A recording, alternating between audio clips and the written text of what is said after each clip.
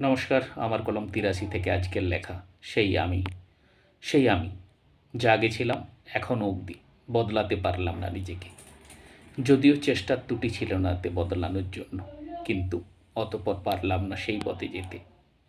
চারিদিক যেসব চারিত্রিক বিশ্লেষণ, যেন নিজের হয়ে বেঁচে থাকার প্রবণতা। দেখে শুনে মনে হয় আমাকেও সেভাবেই বদলাতে হবে, কিন্তু থেকে যায় জড়তা। সময়ের সাথে সাথে পরিবর্তন, সে তো ঠিক কথা, যদি হয় তাতে উন্নতি হওয়া উচিত, এটাই প্রথা। সময়ের সাথে সাথে সব কিছুকে ভুলে গিয়ে নিজের মতো করে পথ চলা। পেছন ফিরে একটু দেখলে মনে পড়ে সব স্মৃতি, যেন ভুলতে না পারা সেই কথা বলা। কে কিভাবে চলবে সেটা নিয়ে ভেবে কি লাভ, নিজের কাছে জানতে চাওয়া কর্তব্যের কাছে যেন মায়াজাল।